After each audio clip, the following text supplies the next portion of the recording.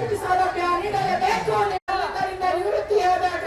ನಿವೃತ್ತ ಕಾರ್ಯಕರ್ತೆಯರೆಲ್ಲರಿಗೂ ಗ್ರಾಚ್ಯುಟಿ ಸೌಲಭ್ಯ ನೀಡಲೇಬೇಕು.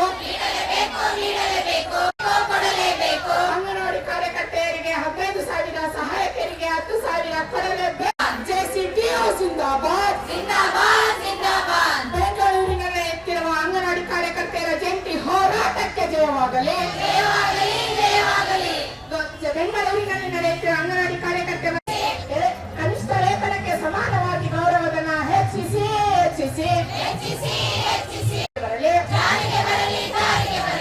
ಆರನೇ ಗ್ಯಾರಂಟಿ ಜಾರಿ ಮಾಡದಿರುವ ರಾಜ್ಯ ಸರ್ಕಾರಕ್ಕೆ ಹೇಳಿಧಿಕ್ಕಾರ.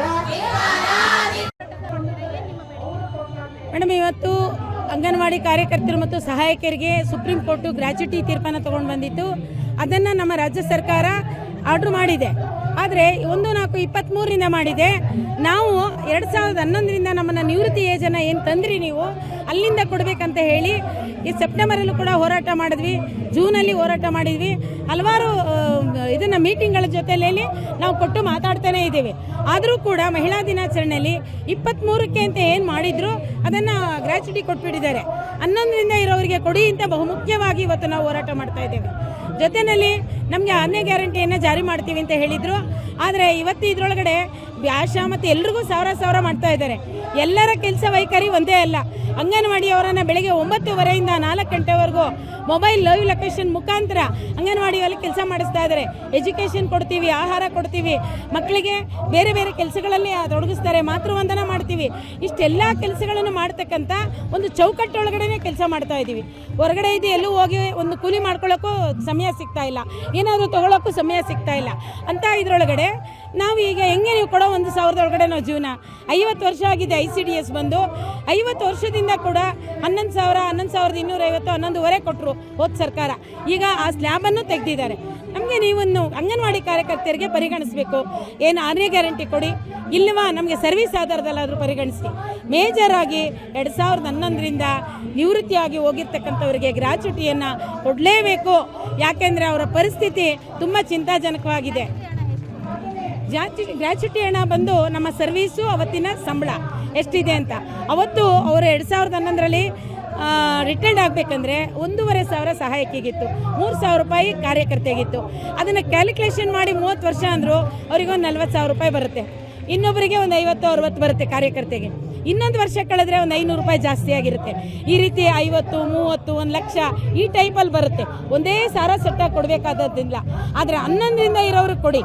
ಮುಂದೆ ಇರ್ತಕ್ಕಂಥವರಿಗೆ ಇವೆಲ್ಲ ಪಡ್ಕೊಳ್ಬೇಕಂದ್ರೆ ಸಾಕಷ್ಟು ಹೋರಾಟಗಳ ಮುಖಾಂತರ ಅವ್ರ ಜೀವನನ ತ್ಯಾಗ ಮಾಡೋಗಿದ್ದಾರೆ, ಈ ಜನರಿಗಾಗಿ ಸೇವೆ ಮಾಡೋಗಿದ್ದಾರೆ. ಅದರಿಂದ ನೀವು ಗ್ರಾಚ್ಯುಟಿಯನ್ನು ಏನು ನಮಗೆ 60 ವರ್ಷ ನಿವೃತ್ತಿ ಏಜನ್ನು ತಂದ್ರಿ, ಆವಾಗ ಯಾರು ರಿಟೈರ್ಡ್ ಆಗಿದ್ದಾರೆ ಅವ್ರಿಗೆ ನೀವು ಮಾಡಲೇಬೇಕು.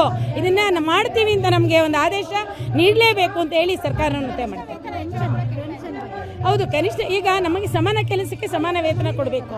ಇವತ್ತು ನಮ್ಮ ರಾಜ್ಯ ಸರ್ಕಾರದ ಕನಿಷ್ಠ ವೇತನ ಏನಿದೆ 14,500, 15 ಹೀಗಿದೆ. ನಮಗೆ 6ನೇ ಗ್ಯಾರಂಟಿ ಮಾಡಿಬಿಟ್ರೆ ನಾವು ಅಲ್ಲಿಗೆ ತಲುಪ್ತೀವಿ. ಅದರಿಂದ ಈಗ ನಮಗೆ 11,000 ಕೊಡ್ತಿದ್ರಿ, ಇವ್ರು 1,000 ಮಾಡಿದ್ದಾರೆ, 12 ಆಗಿದೆ. ಹೌದು, ನಮಗೆ ಜಾಸ್ತಿ ಮಾಡಿ. ಎಲ್ಲರಿಗೂ ಸಾರ ಸೆಟ್ ಮಾಡಬೇಡಿ. ಅಂಗನವಾಡಿಯವರು 50 ವರ್ಷ ಯಾರು ಆಶಾ ಇಲ್ಲದೆ ಇರಬೇಕಂದ್ರೆ ಹೆಲ್ತ್ದು ಕೆಲಸ ಮಾಡಿದ್ದಾರೆ, ಬಿಸಿ ಊಟದ ಕೆಲಸಗಳು ಮಾಡಿದ್ದಾರೆ. ಎಲ್ಲ ಮಾಡಿರ್ತಕ್ಕಂಥ 50 ವರ್ಷ ಆದವ್ರಿಗೂ ಒಂದೇ ಮಾಡ್ತೀರಿ. ಈ ಕಡೆ ಫೀಲ್ಡಲ್ಲಿ ಅವ್ರ ಸಮಯ ಆದಾಗ ಹೋಗಿ ಕೆಲಸ ಮಾಡಿ ಇನ್ನಿತರೆ ಬೇರೆ ಕೆಲಸ ಮಾಡ್ಕೋಬೋದು ಅವರು. ಅಂಥ ಸಂದರ್ಭದವರೆಗೂ ಮಾಡ್ತೀರಿ. ಅವ್ರ ಕೆಲಸನೂ ಕಷ್ಟ ಇದೆ, ಇಲ್ಲ ಅಂತ ನಾವು ಹೇಳಲ್ಲ. ಆದರೆ ಅಂಗನವಾಡಿ ಟೀಚರನ್ನು ಒಂದು ಮಟ್ಟದೊಳಗಡೆ ಲೈವ್ ಲೊಕೇಶನ್ನಲ್ಲಿ ಫೋಟೋ ಕ್ಯಾಪ್ಚರ್ ಮಾಡಿನೇ ಫುಡ್ ಕೊಡಬೇಕು, ಫೋಟೋ ಕ್ಯಾಪ್ಚರ್ ಮಾಡಿನೇ ಮಕ್ಕಳದಿಂದ ಎಜುಕೇಷನ್ ಕಳಿಸ್ಬೇಕು.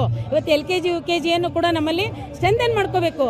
ಸಮಾಜಕ್ಕೆ ಬಡವರ ಮಕ್ಕಳಿಗೆ ನಾವು ಎಜುಕೇಷನ್ ಕೊಡಬೇಕಂತ ನಾವು ನಾವೇ ಕೇಳಿದ್ದೀವಿ. ಅದಕ್ಕೆ ನೀವು ನಮ್ಮ ಸಂಬಳ ಜಾಸ್ತಿ ಮಾಡಿ. ನಾವು ಎಜುಕೇಷನನ್ನು ಕೊಡ್ತಾ ಇದ್ದೀವಿ, ಇದು ಕೊಡ್ತಾ ಇದ್ದೀವಿ, ಕಾಯಂ ಮಾಡಬೇಕು. ನನ್ನ ಹೆಸರು ಎಂ ಜಯಮ್ಮ ಅಂತ. ನಾನು ಅಂಗನವಾಡಿ ಕಾರ್ಯಕರ್ತರ ಮತ್ತು ಸಹಾಯಕರ ಫೆಡರೇಷನ್ AITCಯ ಪ್ರಧಾನ ಕಾರ್ಯದರ್ಶಿ. ಇದು ಕೇಂದ್ರ ಪುರಸ್ಕೃತ ಯೋಜನೆ ಆಗಿರೋದ್ರಿಂದ ನಾವು ಕೇಂದ್ರ ಸರ್ಕಾರದಲ್ಲೂ ಹೋರಾಟವನ್ನು ಹಮ್ಮಿಕೊಂಡಿದ್ದೇವೆ. ಈ ಫೋಟೋ ಕ್ಯಾಪ್ಚರನ್ನು ನಿಲ್ಲಿಸಬೇಕು. ಫಲಾನುಭವಿಗಳಿಗೂ ಕೂಡ ಅನ್ಯಾಯ ಆಗ್ತಿದೆ. ಯಾರೂ ಕೂಡ ಮೊಬೈಲಲ್ಲಿ OTP ಹೇಳಿ ಫುಡ್ ತೊಗೊಳಕ್ಕೆ ಬರದೆ ಇವತ್ತು ಅವರಿಗೂ ಅನ್ಯಾಯ ಆಗ್ತಾ ಇದೆ. ಇದನ್ನು ಪರಿಗಣಿಸಬೇಕು ಸರ್ಕಾರ ಅಂತ ಕೇಳಿ. ಹೌದು, ಇವತ್ತು ಹೋದ ಒಂದು 15 ದಿನದ ಹಿಂದೆನೇ ಇಡೀ ಫ್ರೀಡಮ್ ಪಾರ್ಕಲ್ಲಿ ಅಂಗನವಾಡಿ ಕಾರ್ಯಕರ್ತೆಯರು ಜಮಾಯಿಸಿ ಪ್ರತಿಭಟನೆಗಳನ್ನು ಹಮ್ಮಿಕೊಂಡಿದ್ರು. ಆವಾಗ ಹಲವಾರು ಬೇಡಿಕೆಗಳನ್ನು ಸರ್ಕಾರದ ಮುಂದೆ ಇಟ್ಟಿದ್ರು. ಆಗ ಸರ್ಕಾರ ನಮಗೆ ಭರವಸೆನೂ ನೀಡಿದ್ರು, ಖಂಡಿತ ನಾವು ಈ ಬಜೆಟಲ್ಲಿ ನಿಮಗೆ ಹೆಚ್ಚಿಸ್ತೀವಿ ಅಂತ. ಆದರೆ ವಾಸ್ತವ ಏನಾಗಿದೆ, ಮೊನ್ನೆ ಬಜೆಟಲ್ಲಿ ಅನೌನ್ಸ್ ಆಗಿರೋದು ಕೇವಲ 1,000 ರೂಪಾಯಿ.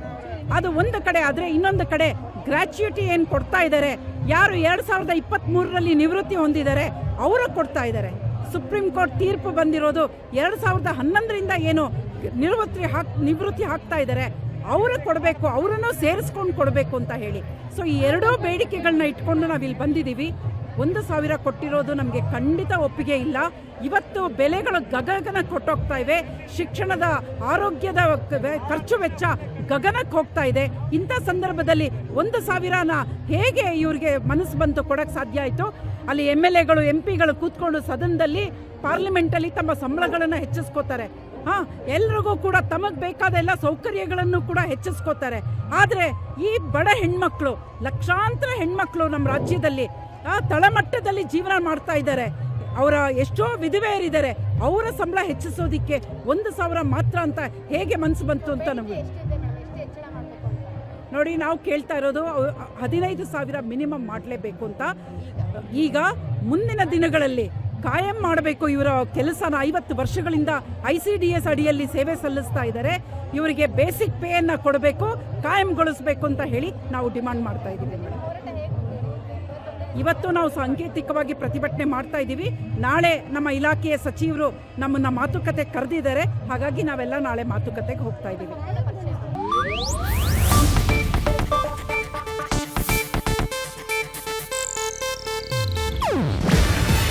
ಇದು ಏಷ್ಯಾನೆಟ್ ನ್ಯೂಸ್ ನೆಟ್ವರ್ಕ್ ಪ್ರಸ್ತುತಿ. ನೀವು ನೋಡ್ತಿದ್ದೀರಾ ಏಷ್ಯಾನೆಟ್ ಸುವರ್ಣ ನ್ಯೂಸ್.